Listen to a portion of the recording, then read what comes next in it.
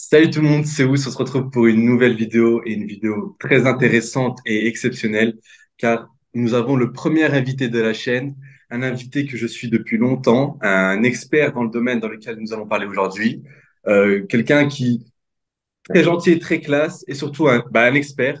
J'ai l'honneur d'avoir Sacha Tavaleri. Salut Sacha, Salut, ça va? ça va super et toi? Écoute, très très heureux d'être là pour les prémices. Il faut toujours être là au début, il faut jamais être là à la fin de toute ta création là ici sur YouTube et sur tes réseaux. Donc c'est un vrai plaisir pour moi d'être avec toi. Bah, je te remercie et pour ceux qui ne te connaissent pas, bon, tu me dis si je me trompe, si je dis que tu es un spécialiste du football belge, c'est OK? C'est toi qui le dis parce que sinon après on va me le, tu sais, Ah oui, on va c'est ça vrai. sera Bah, vite me tirer dessus. je le dis et je suis pas le seul à le dire. Ah, c'est Euh, gentil. aussi, pas mal dans le mercato. Cet été, on a beaucoup vu, ont appris à te connaître via les transferts. Passé par RMC, l'after-foot. Je te vois souvent sur l'équipe. Et aussi, on peut l'écouter parce que commentateur des matchs aussi. Oui, c'est vrai que c'est une passion, c'est sans doute la chose qui me met le plus en joie. Commenter des matchs de foot, c'est ce qui me rend le plus heureux au quotidien. Donc voilà, ouais, j'ai la chance de commenter la Serie A pour Sky Sport Suisse, les équipes nationales maintenant sur la chaîne L'équipe et les clubs belges en Coupe d'Europe en UEFA Europa League et UEFA Conference League sur RMC Sport. Ouais, mais ça se sent. Je t'ai écouté sur la Serie A et ça se voit que c'est quelque chose que tu aimes faire quand même. Ça se voit que. Mais du coup, multicasquette, capable d'être sur les transferts, sur créateur de contenu aussi dans le foot, notamment avec la nouvelle émission Noyau dur sur YouTube. Ouais. Donc, multicasquette, mais surtout lié au football. Oui, c'est ça, exactement. On est vraiment à fond derrière, je dirais, la création artistique. L'idée, en fait, c'est d'essayer d'avoir aujourd'hui des véritables créateurs de contenu et montrer qu'on a un public en Belgique qui commence à s'intéresser de plus en plus à la culture de la Belgique et du football belge. Et effectivement, on a peut-être 10 à 15 ans de retard sur Paris, sur la France en général, sur les créateurs, les youtubeurs français, etc. Et moi, voilà, je ne demande pas mieux que de voir des gens qui ont du talent, qui s'exposent d'abord sur X et puis ensuite qui vont aller sur les d'autres plateformes pour pouvoir faire, je dirais, bah, mettre en place leur créativité, mettre en avant leur talent. Tu vois, tu fais partie de cette génération-là qui tend Merci. à créer des choses. Et voilà, il y a Patrick que tu connais bien de Belgium Touch qui travaille beaucoup, qui est très passionné. Il y a les mecs de chez Joueurs Belges, Clément, Jules. C'est des gens qui ont beaucoup d'idées aussi, tu vois. Et humble ambition, c'est d'essayer de créer une espèce d'équipe pour voir un peu si les gens, en fait, si tu veux, peuvent comprendre qu'aujourd'hui en Belgique, c'est une autre réalité. On n'est pas obligé de passer uniquement par la courroie de transmission qui est la télévision pour pouvoir faire des choses.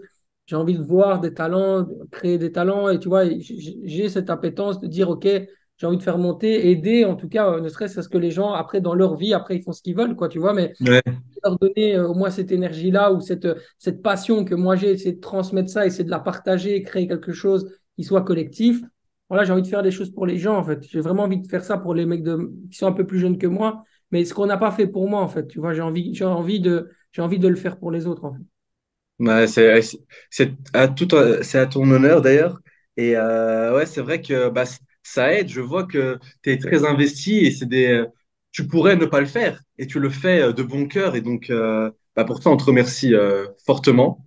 Et même, parce qu'en fait, t'es un peu, moi, en tout cas, je te vois comme ça, comme un peu l'image du football belge qu'on voit en France. Parce que tu parles souvent de la Belgique, que ce soit sur l'équipe, sur RMC, sur bah, comme je t'ai dit, comme je t'ai connu sur les émissions Twitch. Donc c'est un plaisir de t'avoir aujourd'hui, vraiment.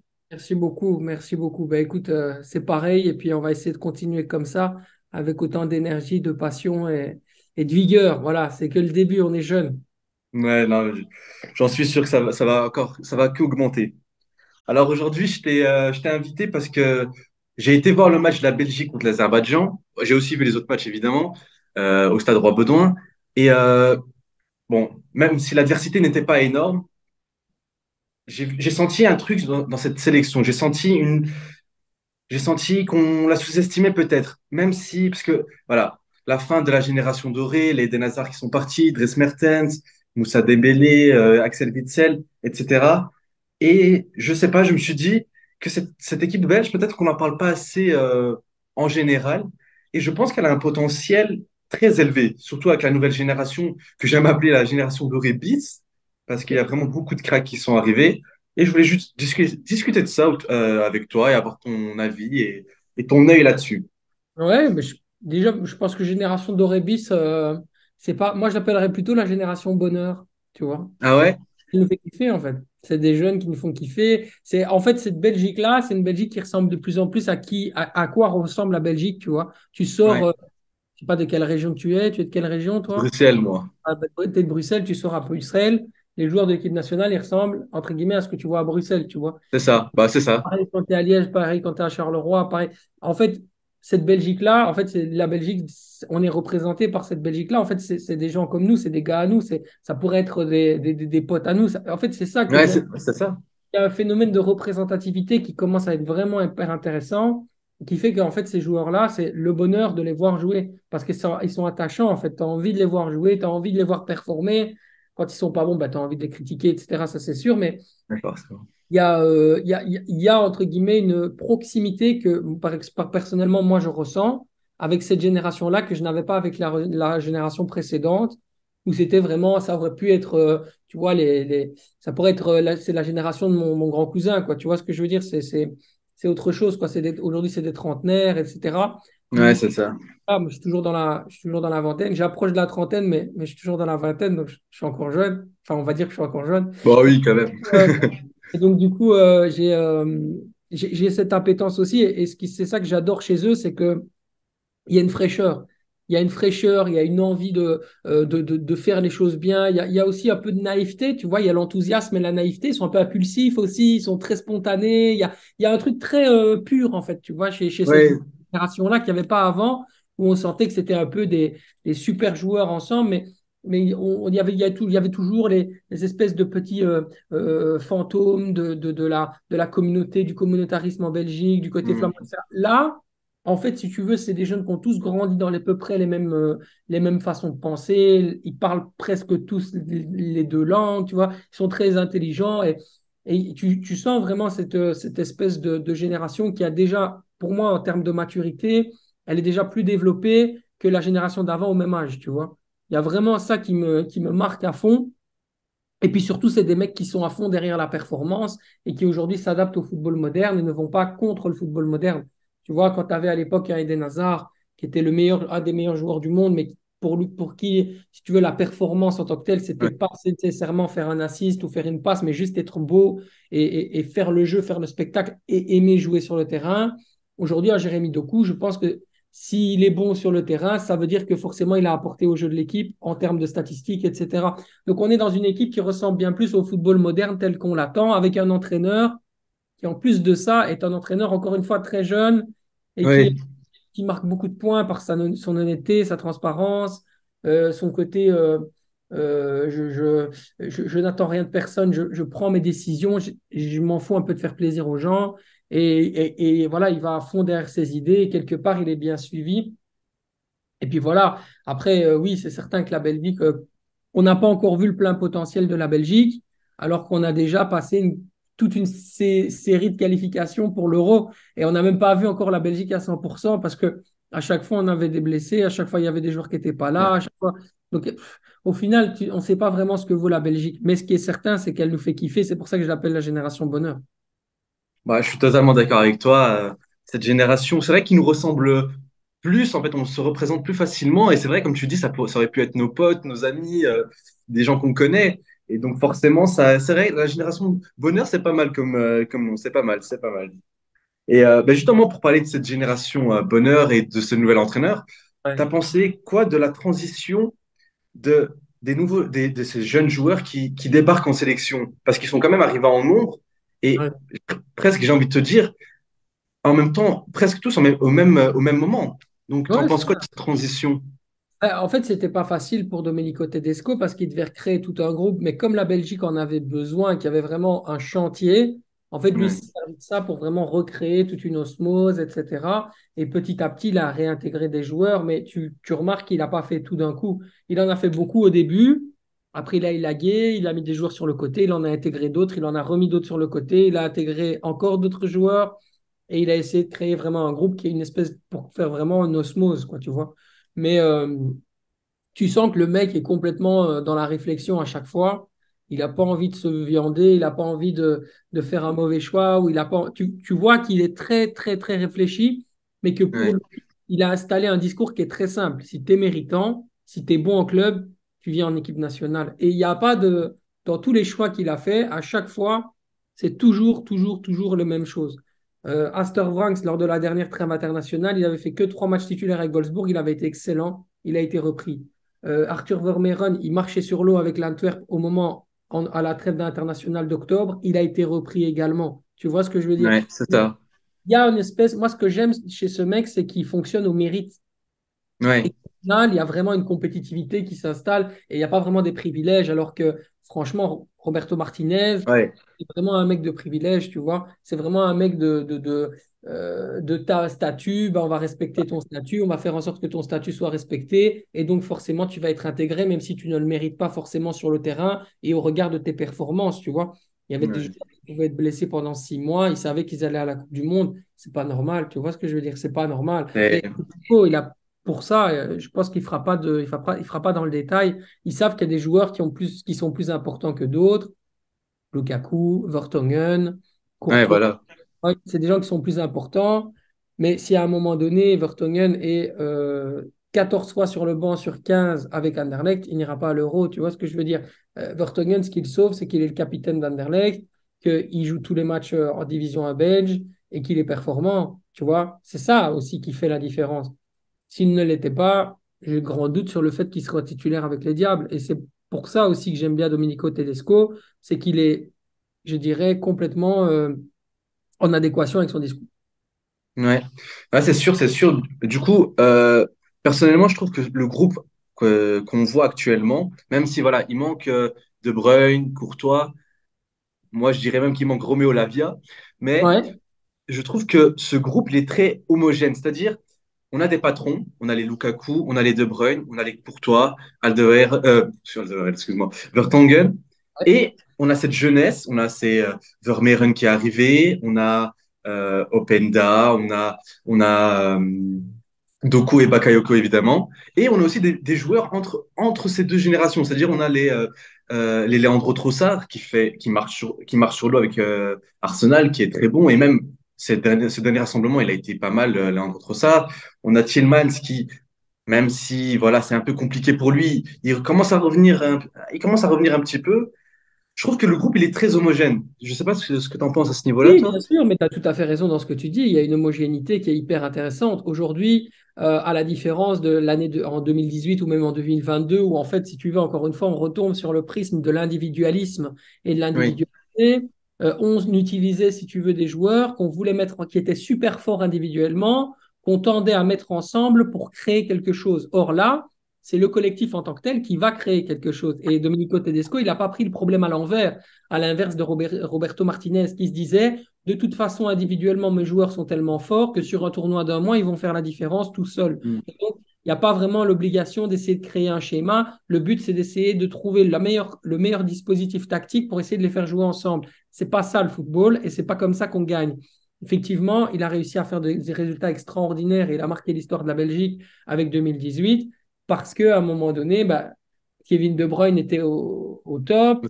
Hazard, j'ai jamais vu un joueur aussi fort durant une Coupe du Monde, à part Maradona peut-être et Modric en 2018, qui était extraordinaire. Ah, c'était. Messi en 2022 est extraordinaire aussi. Mais dans ces joueurs comme ça, je dirais Eden Hazard, Ouais. à lui tout seul, il a marché sur la Coupe du Monde, quoi. On peut dire les choses comme elles sont, quoi. Tu vois ce que je Ah, veux dire? le patron de la Coupe du Monde, Voilà. avec Modric, on va dire, mais honnêtement, l'un des meilleurs de cette Coupe du Monde, hein. Et maintenant, on a repensé le problème différemment. On a dit, ben voilà, on va peut-être pas avoir des 9 sur 10 à chaque position, mais on va Ouais. peut-être avoir des 7 sur 10, des 6,5 sur 10. Allez, on va dire des 7. On va essayer d'avoir des 7 à chaque position et surtout avoir des joueurs dont c'est la position et pour pouvoir avoir une équipe relativement sans lacune, en fait, sans handicap. Parce que tu as toujours joué, ça fait 6 ans que tu jouais sans latéral gauche, quoi. Tu vois, Ouais, un ouais, système à 3-5-2 où tu te dis, mais attends, mais comment c'est possible de ne pas jouer avec un latéral, quoi? À un moment donné, c'est pas. Et en fait, si tu veux, le premier problème a tout de suite été réglé par Tedesco. Il a fixé Théâtre à cette position-là. Arthur, il nous donnerait, je dirais, tout ce qu'il a pour être titulaire en équipe nationale, alors qu'on lui dise qu'il joue à gauche ou en défenseur ouais, central. Il s'en fout. Il a été formé au poste de défenseur central, défenseur latéral gauche, pardon, du côté du KRC Genk et du côté du Standard de Liège, où il était titulaire avec les U21. Donc, il connaît cette position et donc du coup, il a simplement réadapté, je dirais, son football par rapport à ce qu'il proposait. Donc, je veux dire, Domenico Tedesco, il a peut-être juste vu et connu l'historique des joueurs mieux que les autres, en fait, que ses prédécesseurs, en l'occurrence Roberto Martinez. Et donc, il a tout de suite réglé le premier problème, c'est le problème du latéral gauche. Et après, il s'est dit, mais comment est-ce qu'on fait pour avoir une équipe qui est bâtie collectivement pour pouvoir à un moment donné faire les efforts. Quelles sont les qualités de cette équipe? Ben, les qualités de l'équipe, c'est l'intensité et le phénomène de précision dans la surface et juste en dehors dans la surface, donc dans les 30 mètres adverses, ce qu'on appelle les half space. Donc, ouais, comme il a mis en place sa tactique, il a dit, nous, aujourd'hui, il nous faut un joueur qui soit justement dans les demi-espaces offensifs pour pouvoir nourrir Lukaku, qui, une fois qu'il est dans le box, à 90% dans le 90 ou 90, je ne sais pas s'il y a des Français qui nous regardent, donc je vais me dire les deux. Euh, c'est goal, c'est goal. C'est dedans, c'est Lukaku, c'est goal. À un moment donné, il n'y a, pas d'autre chose. Et puis après, tu as sur les côtés des mecs qui sont un peu des X-Factor, comme Doku, ouais, comme Bakayoko, qui vont apporter ce qu'on appelle du pluralisme dans le jeu, de la diversité, et qui va créer en fait une espèce de, dans le chef de l'adversaire, d'improbabilité sur comment on défend, sur qui on défend, etc. Et après, tu as plein de joueurs qui viennent se rajouter, comme tu parlais de la fameuse génération, je dirais, intermédiaire entre l'ancienne et la dorée, ce que toi tu appelles la génération dorée et la nouvelle, ce que moi j'appelle la génération bonheur. Par exemple, Leandro Trossard. Leandro ouais, Trossard est hyper intéressant parce que Leandro Trossard, il peut s'adapter à un système qui est un peu dans ce que cherche, si tu veux, Domenico Tedesco. C'est-à-dire vraiment, en possession de balle, tu es à trois défenseurs, tu as des latéraux qui vont monter très très haut pour apporter sur les côtés.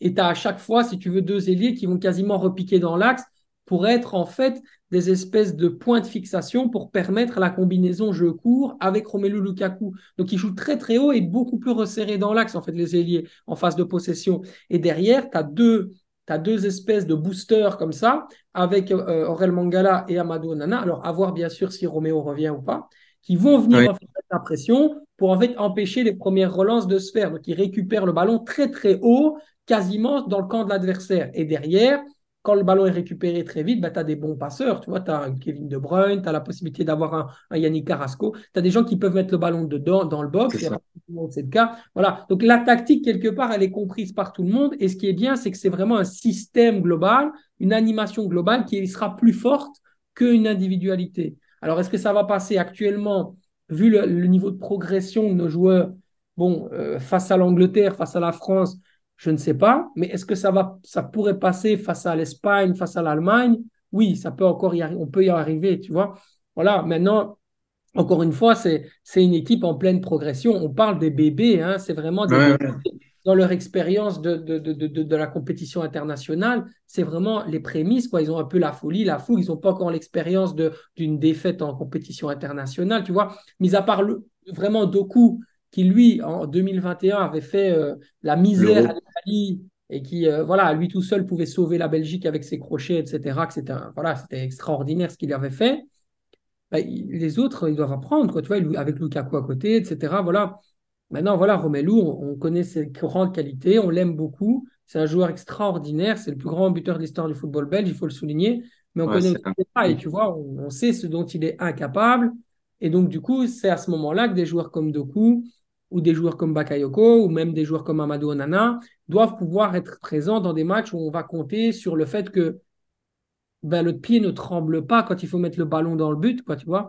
Lukaku, on sait que ça va être difficile, tu vois. Moi, je Ouais. sais déjà que si on arrive en quart de finale de l'Euro, bon, là, je me projette un peu parce que c'est dans longtemps, mais bon, c'est pas dans si longtemps que ça, C'est hein. pas dans si longtemps que ça, hein.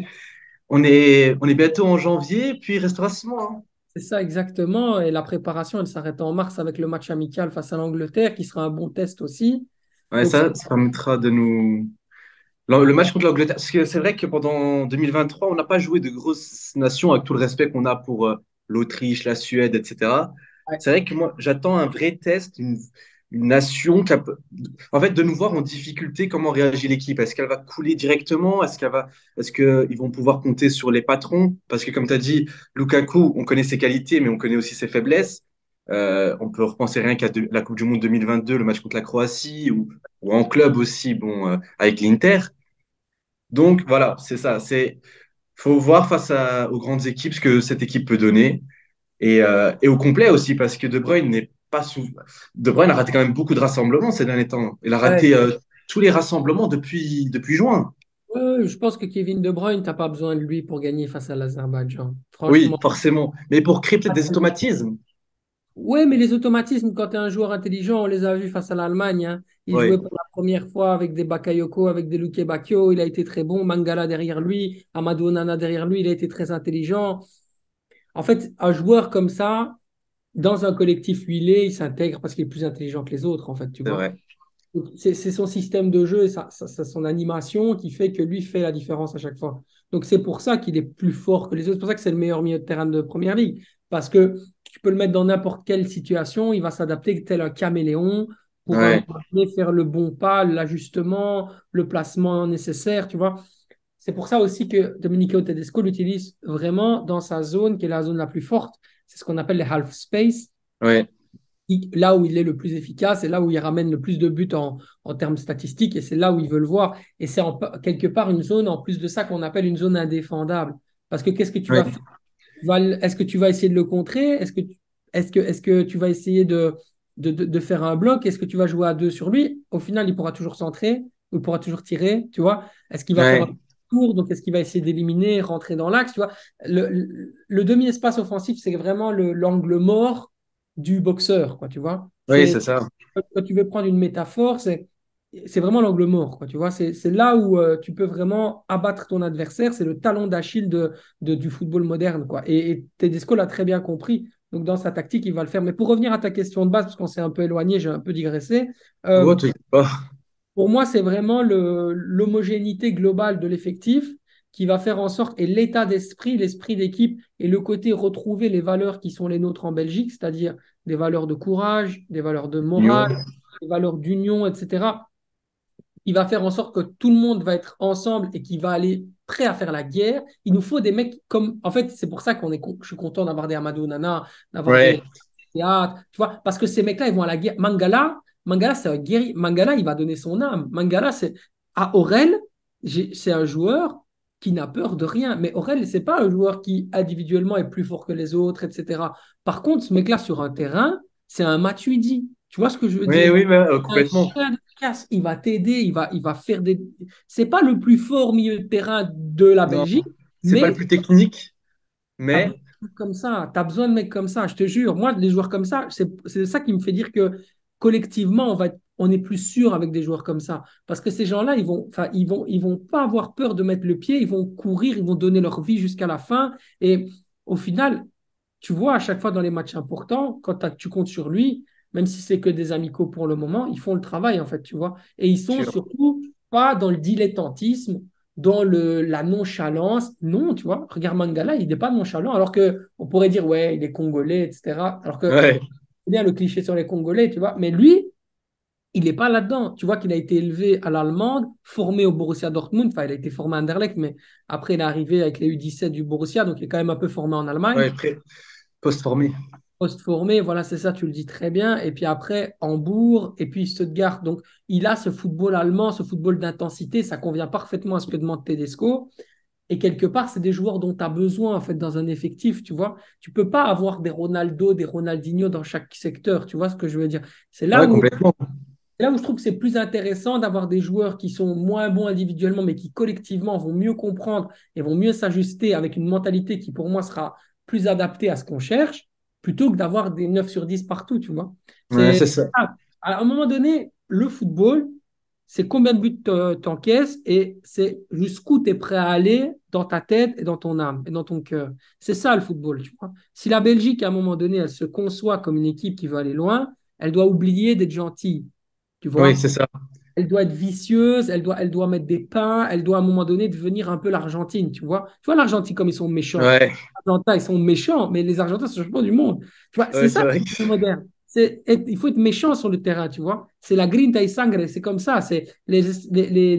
L'Atlético Madrid a gagné une Ligue des Champions grâce à ça. Alors que l'Atlético Madrid n'avait pas les meilleurs joueurs d'Europe, alors qu'ils ont gagné une Ligue des Champions, tu vois. C'était en 2014, je crois, ou un truc comme ça. Non, ils ont gagné la Euh, Ligue. Ils ont gagné la Ligue Europa, la Ligue des Champions, ils l'ont perdu contre le Ouais, Real. voilà, c'est ça exactement. Mais ils ont gagné de Ligue Europa, ouais.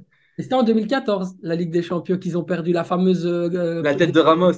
la fameuse décima. Voilà, c'est ça. Donc, C'était la c'est ça tête de dont on Ramos. a besoin, tu vois. La Belgique, elle a besoin de ça, tu vois. Et donc, les joueurs comme Arthur Théâtre, etc., même Wout Fass, il est un peu fou, il est un peu fou furieux, etc. Mais Ouais. Mais il fait du bien, tu vois. c'est son gabarit aussi qui fait qu'on le prend un peu pour le fou pour Wout Fass. Mais je suis totalement d'accord avec ce que tu dis, hein. On l'a vu à la Coupe du Monde 2022. Euh, Pourquoi un joueur comme Onana, on est tombé directement amoureux de lui quand il est rentré en 2022? C'est celui qui a ramené de l'impact. C'est celui qui. Et même les joueurs comme De Bruyne sont sublimés, entre guillemets, car ils ont pas ce travail que doivent faire les Aurel Mangala et les Onana. Non, non, non, c'est ça exactement. Ils se concentrent que sur son football. Et De Bruyne, dans cette position-là que Tedesco lui met, il peut rester encore deux compétitions internationales, hein. Il Ah oui, peut, peut aller jusqu'à la Coupe du Monde, hein. il est même pas obligé de faire les qualifs. Il peut faire comme ça, comme il fait. Ouais, Il démarre la préparation en mars avec le match amical face à l'Angleterre. Il joue les matchs importants avec City. Il fait l'Euro. Et puis après, derrière, on l'oublie pendant 2 ans et il revient à la Coupe du Monde, tu vois. Parce que dans ce dispositif-là, on lui demande que faire ce qu'il fait de mieux. Tu vois. On lui ouais. dit, toi, tu es un génie, tu penses et tu regardes mieux que les autres. Bah, donc, du coup, on ne va pas te demander de courir, sinon tu vas perdre en lucidité, tu vois. Donc, tu vas courir ce que tu dois courir et puis pour le reste, bah, tu feras les efforts et puis voilà. Mais Kevin De Bruyne n'a jamais été au niveau qu'il était à Manchester City avec les Diables Rouges, tu vois. Ça, c'est un fait, tu vois. Donc, J'en ai parlé récemment aussi. Je suis totalement d'accord avec toi. voilà. Donc, est-ce que le fait de le décharger de tout en lui disant maintenant, c'est que toi maintenant, il n'y a que toi et on te donne tout ce que tu aimes, là où tu es le plus fort, on te met dans les meilleures conditions et c'est juste à toi de faire la bonne passe au bon moment. Kevin De Bruyne, on le met dans du. Enfin, je veux dire, la tactique de Tedesco, elle met Kevin De Bruyne dans du velours. C'est aussi simple que ça, quoi. Ouais, complètement, complètement. Et surtout qu'en fait, la nouvelle génération, les milieux qu'on a actuellement, enfin, les jeunes qui émergent, on a Vermeeren qui est aussi dans ce profil, on a Romeo Lavia qui est un 6 mais capable de jouer box-to-box. En fait, on a beaucoup de box-to-box qui peuvent accompagner un artiste comme De Bruyne. C'est-à-dire, ils vont vraiment, comme tu as dit, le décharger de toute responsabilité défensive et après, il n'aura plus qu'à distiller ses ballons, ses centres, ses tirs Ouais.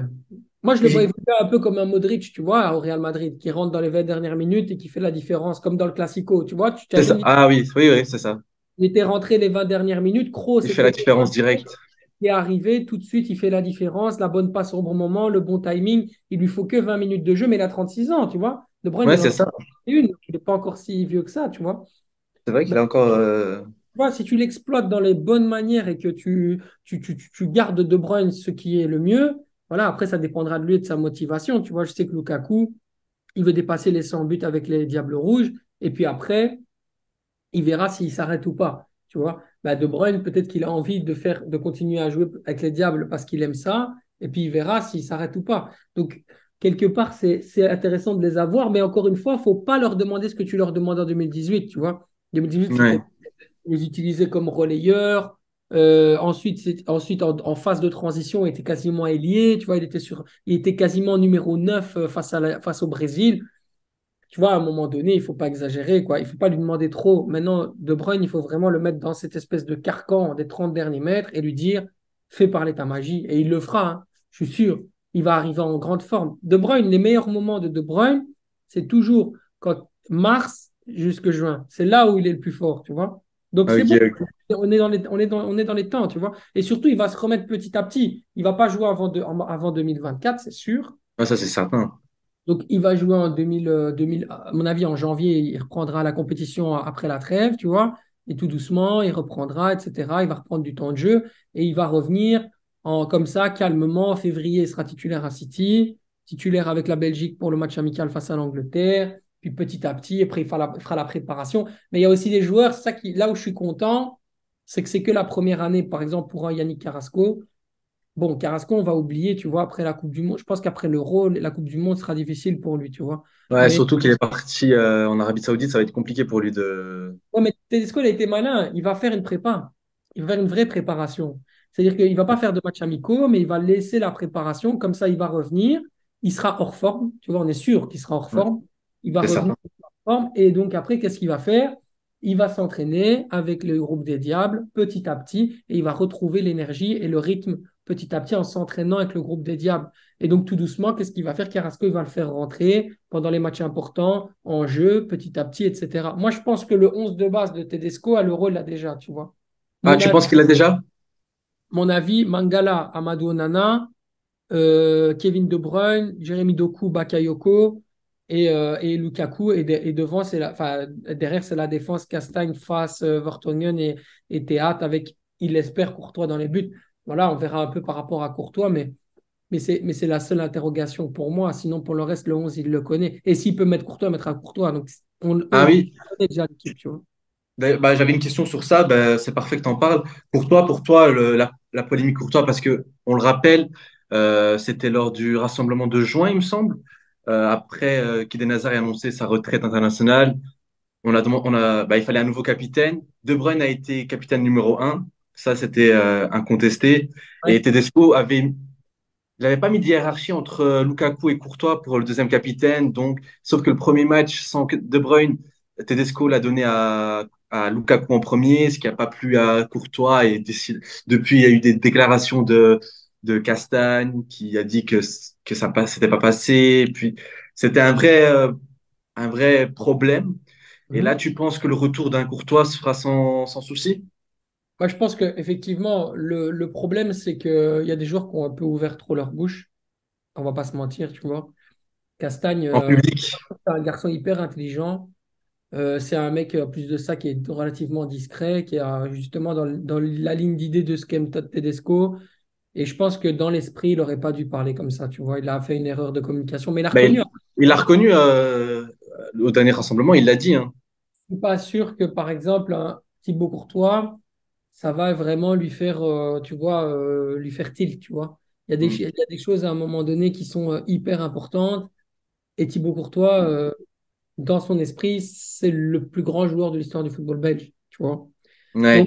dans l'esprit de Thibaut Courtois, c'est quand même pas facile pour lui de comprendre qu'il y a un mec qui est un bon joueur de l'équipe nationale, mais qui n'est pas le meilleur gardien du monde et certainement le plus grand gardien de l'histoire du football belge.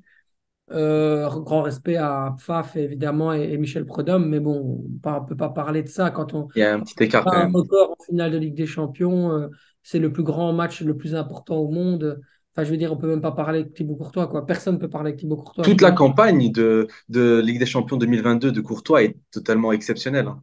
Ouais, c'est Toute la ça. campagne, oui.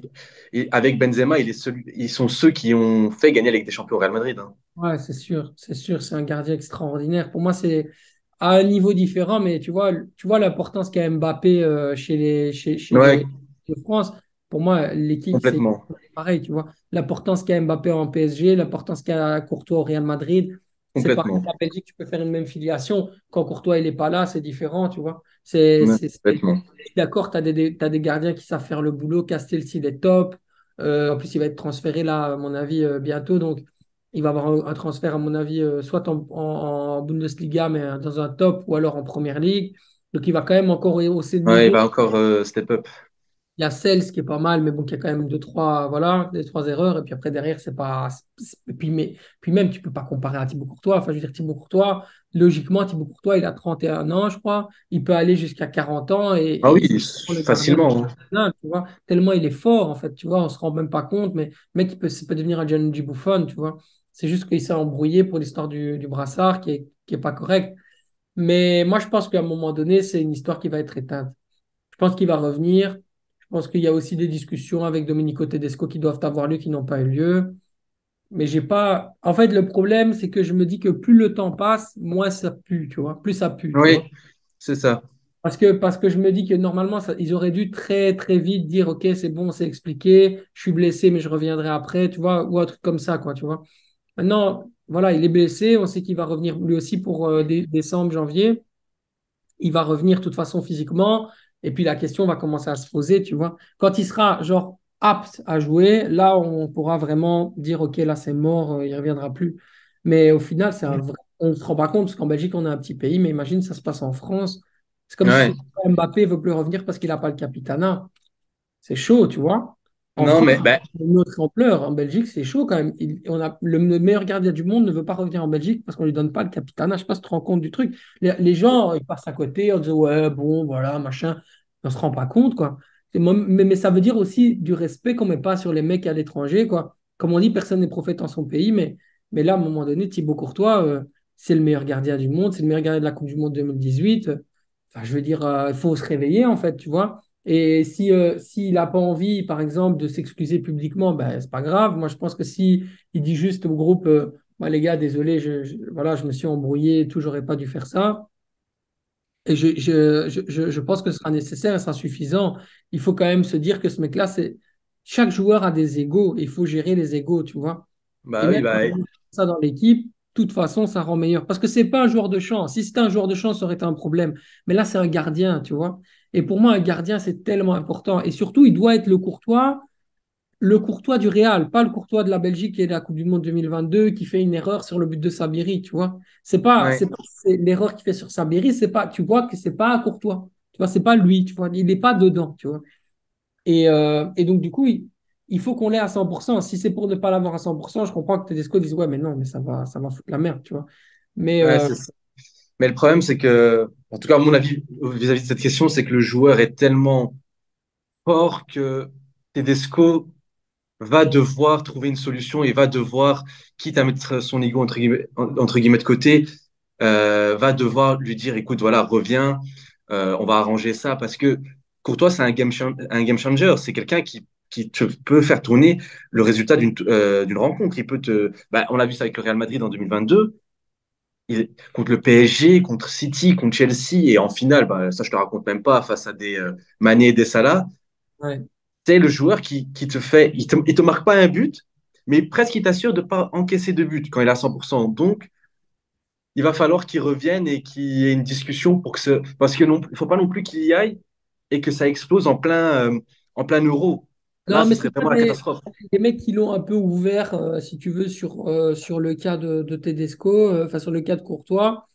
Mis à part Carrasco, où là, tu sens qu'il lui a vraiment mis une pique en disant, ah, là, c'est chaud, tu vois. Entre les deux, c'est pas facile. Mais Castagne, c'est un petit dans le vestiaire, tu vois. Oui, c'est ça, c'est pas une grosse voix. C'est pas une grosse voix, c'est un coéquipier, c'est un porteur de bidon, tu vois. C'est un bon joueur, mais je veux dire, c'est pas. On parle pas de Lukaku, quoi. Tu vois ce que je veux dire Oui, c'est ça. tu vois. Donc, il Ah, sera là, ça posera pas de problème, tu vois. Courtois, ils vont jouer ensemble, tu vois. De toute façon, ils doivent se parler. ouais, S'ils doivent, franchement, ils doivent régler ça comme des hommes. S'ils doivent se mettre sur la tronche, bah, qu'ils se mettent sur la tronche. Non, mais c'est vrai. Sois un homme à un moment donné, tu vois. Il y a des générations, encore une fois, on parlait de Grinta et Sagre, les Sud-Américains à l'époque, les Uruguayens, s'il y avait des problèmes, ils se réglaient dans le vestiaire et t'inquiète même pas que ça y allait, hein. C'était chaud, tu vois. Mais ouais, une fois que c'était réglé, tu vois. C'est pas, c'est fait, chacun a mis son petit coup de coude et puis c'est fini, tu vois. ouais, Le football, c'est très primitif, tu vois, comme mode de pensée. Donc, si ça doit permettre à régler dans un vestiaire un problème, ben voilà, faut le faire, tu vois. De toute façon, Tedesco, ouais. c'est pas un homme politique. C'est pas un mec qui va laisser envenimer les choses. Déjà, à la base, c'était ça le problème de Courtois. Et sur le fond, je trouve qu'il avait pas tort. Sur le fond, de dire, il y a eu des privilèges qui sont passés sous Tedesco, sous Martinez, je ne veux Martinez. pas les revoir sous Tedesco. J'aimerais bien que vous régliez ça parce que ça et ça va pas. Franchement, ça de base, ce discours-là, je trouve que je l'entends, tu vois. Et franchement, Mm. j'avais parlé même avec des proches à lui et tout en off. Il me confirmait que c'était ça son discours de fond, tu vois. Maintenant, sur la forme de dire, le problème, c'est que le monde entier a compris, ouais, il voulait être capitaine et finalement, il ne l'a pas été. Mais c'est pas ça, tu vois. Le fond du problème, c'est pas le capitanat. Le fond du problème, c'est il y avait des mecs qui faisaient ce qu'ils voulaient dans la sélection, qui s'entraînaient pas, qui faisaient pas, qui étaient à l'infirmerie et qui étaient titulaires directement dans des matchs de Coupe du Monde après. C'est pas possible, en fait, tu vois. C'est Ouais, pas non, je comprends. fond de ce qu'il dit est juste, tu vois. Et je pense que lui, il a vu au Real Madrid que c'était un camp militaire, c'est paracommando, c'est à un moment donné, il n'y a pas d'âme, c'est sans, tu vois, c'est vraiment sans, il n'y a pas d'âme, c'est la guerre, tu vois. Et au final, je suis désolé de le dire, mais quand tu es sur un terrain de football, quand tu dois faire un résultat et quand on t'attend et quand tu as un pays derrière toi, tu es mis dans une position de gladiateur. Donc, tu es un peu Ouais, dans mais une ça c'est vrai, hein. guerre, tu vois. Alors que ça ne devrait pas être comme ça, tu vois. Nous aussi, on aimerait bien que le football soit comme Eden Hazard l'adore, tu vois. Oui, Tout le monde fait des passes, après derrière, on va tous boire une bière et puis on mange des hamburgers et on finit à 23 heures au Mona. Mais non, c'est pas comme ça, mon pote. Le football, c'est pas comme ça, tu vois.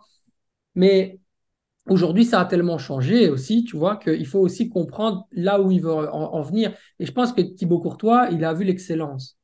L'excellence, c'est le oui, Real Madrid. L'institution du football, c'est le Real Madrid. Le meilleur club du monde, c'est le Real Madrid. Et donc, il veut montrer aux gens c'est quoi le Real Madrid et il veut quelque part apporter un peu de ça dans son équipe. Donc, moi, je ne lui en veux pas autant que ça. C'est juste que il y a une telle différence de mentalité entre certains joueurs qui jouent dans certains clubs qui ont une mentalité complètement différente et lui, que parfois il y a des dissensions. Et puis surtout, voilà, Thibaut Courtois a une personnalité particulière, une façon de oui. s'exprimer particulière, etc.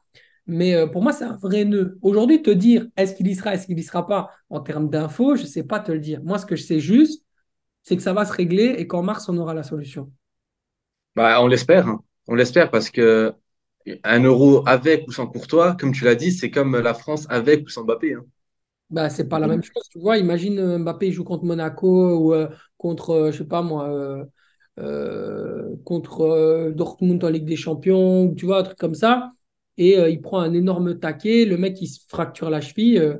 Il ouais, est out pendant une année, tu vois. ouais, ouais. Qu'est-ce qu'on fait maintenant? Tu vois, on fait quoi? C'est Non, mort. c'est sûr. Ah ouais, voilà. C'est Non, chaud. c'est sûr, c'est sûr. Bah écoute, on va espérer son retour. Et bah écoute, je vais. Alors, une dernière question parce que bah, je tiens déjà à te remercier encore une fois parce que Tout bah, plaisir. j'ai avalé tout ce que tu as dit. C'est vraiment ça. En fait, la vidéo est super pour que je vais pouvoir sortir, mais aussi pour moi personnellement, j'apprends tellement de choses et je sais pas, Ah bah, ça fait. j'apprends. Ça fait plaisir. Ah, écoute, si ça va plaire aussi à tes viewers, c'est le plus important. Et C'est puis, ça. voilà, c'est le plus important. On est ensemble, t'inquiète pas. Merci. Et là, bah, écoute, la dernière question, ça fait un peu bateau à 8 mois de l'Euro, mais jusqu'où tu vois cette sélection pouvoir aller et où, quels sont pour toi le minimum qu'ils doivent faire? C'est-à-dire, par moi, le minimum pour moi, je dirais que cette sélection, si De Bruyne revient, Courtois revient, j'attends, allez, sortir des groupes, c'est le minimum et peut-être un quart de finale. Après, c'est Ouais. du bonus, après, c'est du bonus. Parce que pour moi, cet euro-là prépare la Coupe du Monde 2026 où là, il y aura par contre de vraies attentes. Oui, c'est ça, c'est ça. Franchement, j'ai pas d'attente précise. Je te dis la vérité, moi, la seule chose que je veux, c'est qu'au vu de. Parce que là, maintenant, au moment où on se parle, les chapeaux 1, 2, 3 et 4 sont sortis. Oui, on est chapeau, hein, On du coup. regarde les chapeaux 1, 2, 3, on est chapeau 1. Tu vois ce qu'il y a en dessous. Franchement, il faut le faire, quoi, tu vois. Oui, Franchement, au minimum, tu dois prendre. Il y aura 9 points à prendre. Au minimum, tu peux en prendre 6, tu vois. Au oui. minimum, tu vois, tu prends 6 points, tu vas dans les deux meilleurs et tu vas en huitième. Ça, c'est vraiment pour moi le minimum, tu vois. Genre prendre 6 points sur 9, aller en deuxième, être deuxième de groupe, et c'est le minimum syndical. Je ne demande même pas un 9 sur 9, hein. Juste Oui. peut perdre un match, tu vois, mais s'il vous plaît, quoi, tu vois le niveau du chapeau 4, tu vois le niveau du chapeau 3, frangin, s'il te plaît, tu vois, à un moment donné, faut se dire un peu les choses comme elles sont. C'est un scandale si tu sors pas du Ah groupe oui, non, après tout ce que tu as c'est un montré. échec total, hein. Voilà, au minimum, tu sors du groupe. Après, tu sors du groupe, tu vas en huitième, tu tombes sur l'Italie, tu tombes sur les Pays-Bas, tu tombes sur, tu vois, tu tombes sur l'Angleterre, tu tombes sur l'Espagne, tu vois. Là, c'est chaud, tu vois, d'où la nécessité d'être premier de groupe. Parce qu'après, derrière, tout est relancé. Mais tu peux aussi tomber sur la Slovénie, la Slovaquie, la Hongrie. La Belgique, elle avait tapé la Hongrie 4 en 2016. Voilà, c'était facile, quoi. Tu voyais bien que le match était Ouais. pas. D'ailleurs, c'était le meilleur Eden Hazard en Euro. Dans une compétition comme l'Euro, on n'avait jamais vu Eden Hazard aussi fort qu'à l'Euro 2000 face à la Hongrie. Il avait été C'est vrai, incroyable. c'est vrai, ouais, bah, c'est vrai, c'est vrai. Si on enlève les Coupes du Monde, c'est ce match-là, ouais. Il avait fait un match de folie. Un match de folie. Bon, après, c'était la Hongrie. Mais la Hongrie, maintenant, aujourd'hui, la Hongrie est plus forte qu'en 2016, tu vois. Ouais, il y a le petit Szoboszlai qui joue. Il y a des bons joueurs, Non? hein. globalement, Bah c'est écoute, une vraie équipe, tu vois. C'est hyper ouais, fort. je suis d'accord avec toi. Si tu sors pas des groupes, déjà qu'on n'est pas sorti de la Coupe du Monde 2022, le groupe c'était un groupe de la mort entre guillemets. Mais si tu Ouais. ne sors pas du groupe de l'Euro où tu es chapeau 1, là c'est un échec total. Ouais, non, ce sera moi, je serais hyper déçu, tu vois. Mais Ouais. après, après, le truc, c'est que la tangente, elle est hyper intéressante parce que comment est-ce que tu vas gérer ta phase de groupe? À partir du moment où tu arrives en huitième, c'est un autre tournoi qui commence. Ah oui, c'est un nouveau tournoi, ça c'est toujours le cas, hein. Voilà, la phase de groupe, elle est là pour à un moment donné faire une espèce de round-up, de voir comment est-ce que tu rentres dans la compétition, comment est-ce que tu intègres tous les principes et tous les paramètres d'une compétition internationale dans ton esprit. Est-ce que tu sais te mettre en mode tunnel vision, donc complètement concentré et élever ton niveau de jeu tout de suite, te mettre en mode Ligue des Champions, parce que c'est ça, hein. L'Euro, c'est certainement en termes de qualité individuelle, c'est la compétition la plus relevée, directement. C'est Ah directement oui, la compétition la plus relevée au monde, tu vois. Vraiment, parce que l'Euro t'es tout de suite en phase de groupe. T'as pas, à un moment donné, si tu es le Barça, t'as pas l'Antwerp. Tu vois ce que je veux dire? oui, Tout de oui. suite, tu tombes face à l'Italie, tu tombes face à des mecs qui jouent déjà des matchs de Ligue des Champions dans des très grands clubs, etc. Tu vois, la Slovaquie, ils ont quand même. Ils ont le joueur du Paris Saint-Germain, le défenseur central, Skriniar. Skriniar. Quand même des joueurs de grosse qualité. Et puis, tu regardes même d'une manière générale à chaque fois les qualifiés, tu vois, Vlahovic, Mitrovic avec la Serbie, tu vois quand même, et c'est pas les plus grosses nations, tu vois, c'est des petites nations. La Suisse, comment ils nous avaient tapé à l'époque en Nations League, c'était la pire Ouais, de ma vie, c'était horrible de voir ce match, j'étais à RMC en plus, j'étais dans les couloirs juste avant d'aller parler du match en fait, si tu veux. ouais.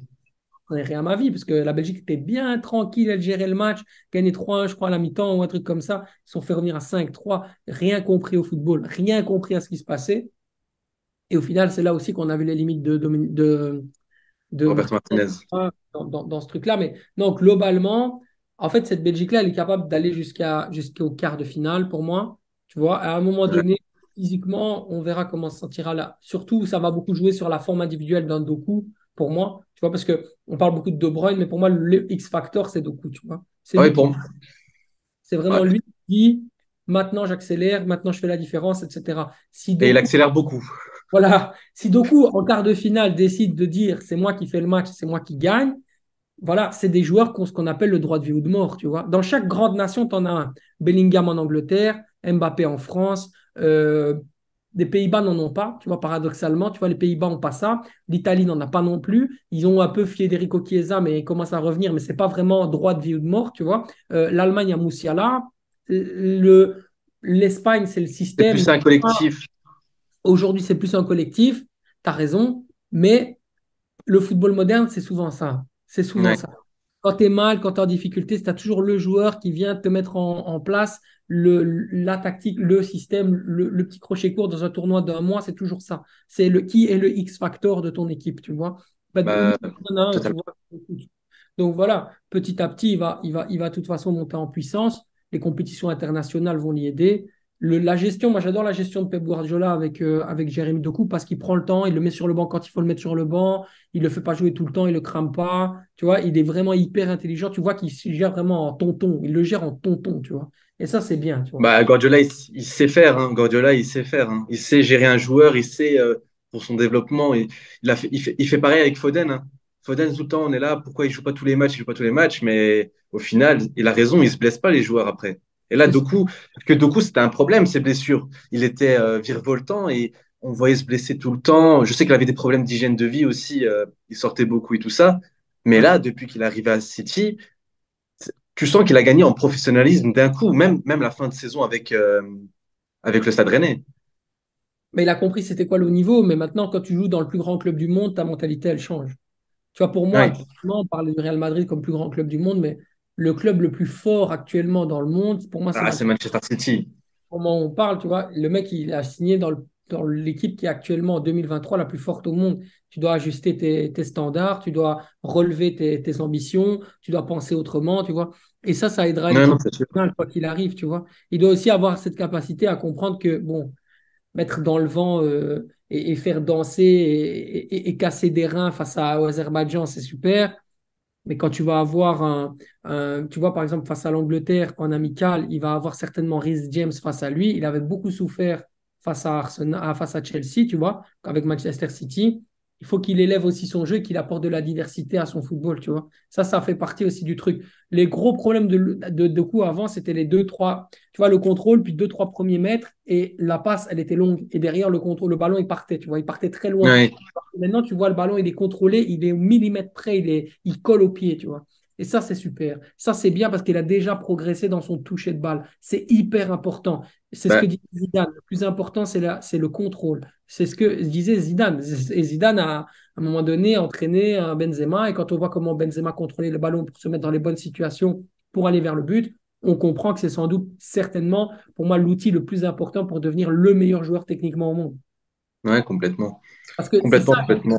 la technique, c'est pas petit pont, roulette, machin. Non. La technique, c'est comment est-ce que tu positionnes ton corps le plus rapidement possible vers le but et comment est-ce qu'avec un crochet, tu peux éliminer tout de suite, tu peux apporter une solution parce que tu es dans une phase où, à un moment donné, tu es ce qu'on appelle en supériorité numérique et tu vas lâcher ton ballon au bon moment, dans le bon timing pour permettre à ton coéquipier d'être dans les meilleures conditions pour marquer le but, tu vois. C'est ça qu'on demande à Doku. Tu vois, et Doku, en vrai de vrai, maintenant, il est dans la simplicité, il est dans ce que faisait Messi avec le Barça. Un crochet, rapidité, repiquer dans l'axe, ou alors frapper, revenir dans l'axe, frapper à l'intérieur, et tout de suite, il est à l'intérieur droit, il enroule, ou alors il frappe plein pied. Mais tu vois vraiment il est en train de travailler son football et qu'il est en pleine progression. Lui-même, il est en train de redevenir un autre footballeur. On est en train d'exploiter ses qualités au maximum, quoi, tu vois.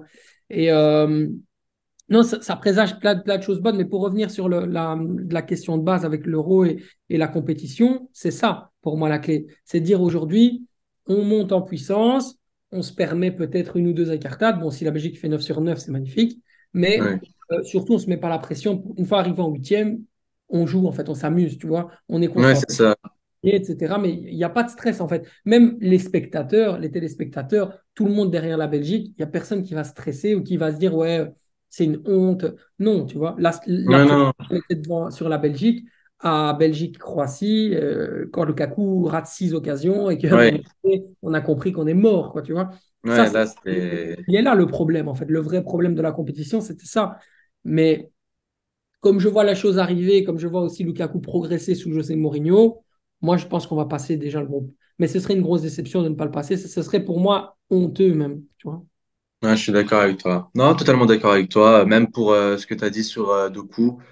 Bah là, justement, là, il apprend auprès de Guardiola, il apprend auprès la meilleure équipe du monde. Donc forcément, son niveau va augmenter radicalement et même dans sa maturité, dans son jeu, son efficacité aussi. Tout ce qu'il fait, tous les dribbles qu'il fait, c'est dans le sens du jeu. Je vais amener du danger, ça va finir par un centre, un tir. Ça finit toujours par quelque chose. C'est pas, je dribble et après, je fais rien avec. C'est dans le sens du jeu et c'est ça qui est très important et que, Et Johan bon, Bakayoko, c'est la même idée. Hein. Johan ah Bakayoko, oui, c'est la même idée que lui. C'est-à-dire que Johan, assez simplement, Johan, il est dans le rendement. C'est un joueur de statistiques, c'est un joueur de rendement. Ça, c'est un joueur, Johan, c'est un joueur fiable. Avec lui, tu vas pouvoir partir pendant des années. Il ah, est c'est sûr. incroyable. En plus d'être vraiment spectaculaire, c'est un joueur qui pense d'abord comment est-ce que je vais rentabiliser ma présence sur le terrain par des chiffres. Tu vois le nombre de stats qu'il fait aux Pays-Bas. En Ligue des Champions, c'est le meilleur élément offensif de son équipe avec Ronaldo Lozano. Donc, à un moment donné, tu dis quand même, ouais, il a quelque chose, le gamin, tu vois. Et tu vois la différence aussi avec un Luke Bakio qui a commencé très fort avec Séville, commence à s'éteindre petit à petit, qui est mis sur le banc Oui, de Séville.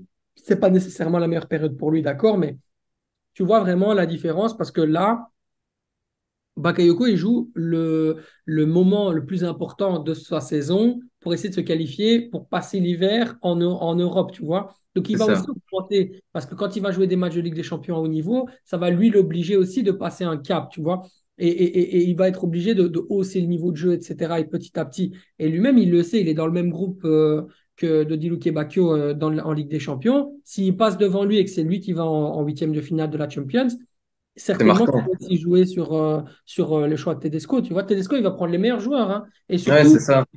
l'idée de dire je mets Doku Bakayoko Lukaku dans le dernier match, bon, pour moi, c'est pas anodin. ça veut dire qu'il veut jouer avec les trois. Tu vois. Il a Ouais, je vraiment pense envie aussi. de jouer avec les trois. Et Luque Bacchio, il l'aime beaucoup et tout, mais je pense que il convient moins à ce qu'il veut faire, alors que Bakayoko rentre complètement dans son idée à droite. Tu vois.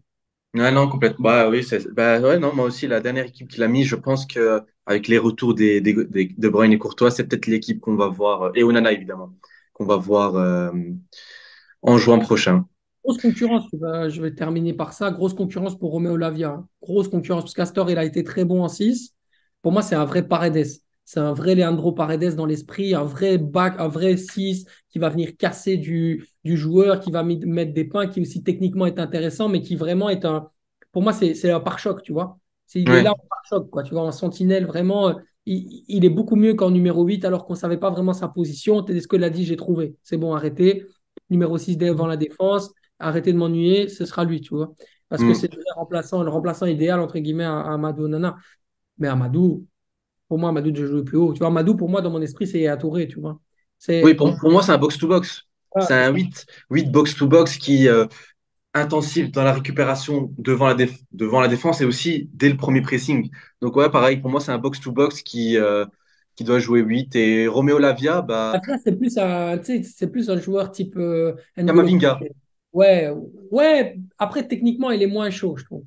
C'est vrai? Techniquement, il est moins chaud. Je trouve qu'il est plus propre et il est moins fantasque. Alors que Kamavinga, c'est un joueur fou, tu vois. Il Oui, part. non, je dis C'est pas le un même joueur niveau, bien sûr, hein. rapide. Alors que la Via, c'est un joueur d'intention et c'est un joueur d'anticipation. C'est très intelligent, c'est un joueur vraiment intéressant. Et je pense qu'il va apporter à Chelsea ces prochaines semaines en Première Ligue parce qu'il va vraiment apporter une espèce de sens de lucidité dans le jeu et de simplicité. Tu vois, en général, la Via, il récupère le ballon, il donne. Et sa vie, Ouais, c'est c'est ça. récupérer le ballon et puis donner, tu vois. Et il ne pense pas à comment je vais faire, etc. Mais il donne toujours dans la bonne condition, en regardant droit vers l'avant, et il pousse, et le ballon, il le pousse vers l'avant, tu vois. Ouais, Le truc, c'est que comment est-ce qu'il va se remettre de sa blessure? Est-ce qu'il va pouvoir c'est se ça. remettre? Mais là, il y a beaucoup de questions sur la VIA, et Tedesco, il veut plus se poser de questions, il veut des certitudes. Donc il a dit, moi, à un moment donné, si, s'il est prime, et qu'on le voit Oui, en prime face à des Arsenal, des Chelsea, pardon, des Tottenham, tu vois, des Liverpool, Liverpool et tout ça, oui, forcément. qui fait des prestations extraordinaires, extraordinaires face à ces équipes-là, ok, tu vois, on se comprend, tu vois, la VIA, il va être réintégré assez Mais logiquement. sinon, Mais ouais. s'il est juste bon ou qu'il joue et qu'il n'est pas titulaire intégralement, pour moi, il ne prendra pas la place d'un mec qui a gagné sa place sur le terrain avec les Non, VIA. c'est sûr. Le temps est contre lui. On va pas se mentir, le temps est contre lui. Et peut-être pour la Coupe du Monde 2026, mais ou au moins en backup avec les Vermeeren, Tillmans et tout ça, quoi. On aura un bon banc aussi, hein. Ouais, ce sera intéressant. Après, voilà, les choix seront très, très durs, hein. On est à 23. Maintenant, c'est fini les règles Covid. Il y a 23 Ouais, joueurs. c'est 23 maintenant. Donc, il faut replacer 23 joueurs, 3 réservistes. Difficile. Tu dois vraiment faire des choix qui seront hyper millimétrés. Pour moi, tu auras Amadou, tu auras Mangala. Euh, Vermeeren, je ne sais pas s'il y sera. Tielemans, il sera, à mon avis. Ouais, lui, il risque de pas perdre sa place. Il faudra un quatrième, quoi. Vranks ou Lavia. Tu vois. Mais je pense que, franchement, Vranks, il est bien reparti là. Et puis, il regarde beaucoup le football allemand, Tedesco. Donc, Ouais, mais il est bien parti. Donc après, il reste du temps, comme on l'a dit. Pas beaucoup, mais il en reste. Et il reste la période européenne, donc peut-être que ah, il reste du temps encore pour changer, mais je pense que c'est vrai que la base, peut-être que 18 joueurs sont déjà choisis, entre guillemets, voire 20. après, à un moment donné, Lavia, elle était tellement fort que tu ne pouvais pas ne pas le prendre. Tu vois. À un C'est moment ça. donné, même avec Southampton, qui était relégable, il Ouais, il s'est était excellent, hein. Moi, meilleur. j'adore ce joueur, hein. Ouais, c'est J'adore ce joueur. exceptionnel, exceptionnel, Roméo. Roméo, il est très, très fort. Mais, euh, mais encore une fois, de quoi tu as besoin dans ton équipe? Qu'est-ce que tu cherches? Ouais. Tu vois. Alors qu'à Mangala, elle est titulaire depuis le début de saison avec Nottingham Forest, quand même un club de milieu de tableau en première ligue. Ça ne joue pas la descente, ça ne joue pas la montée, mais enfin, ça ne joue pas les places européennes, mais ça reste quand même bien. Il a marqué et tout. Donc, c'est compliqué d'aller déloger à Mangala comme ça, Non, titulaire. c'est sûr, c'est sûr, c'est sûr. Gagner sa place aussi en étant excellent face à l'Allemagne. Tu vois, et Tedesco est allemand. Faut pas oublier ça. C'est des trucs. Ouais, ça joue, hein, ça joue, effectivement, ça joue, bien sûr, ça joue. Donc voilà, mais être dans le groupe, pour moi, il a des chances d'être dans le groupe. Ok. Bah écoute, merci Sacha. Avec plaisir. C'était super intéressant. Vraiment, j'ai adoré faire cette vidéo avec toi. C'était super. Euh, je mettrai toutes tes coordonnées dans la vidéo, ton Twitter, ton Pas mon numéro de YouTube. téléphone. Ah ouais, non, pas le numéro de téléphone. Pas Non, j'éviterai, j'éviterai. Et bah, c'était un vrai plaisir. Pareil. Euh, Quand tu veux, tu reviens, vraiment quand tu veux. Et merci. Et merci à ceux qui regarderont la vidéo. Merci de la partager, vous abonner, liker.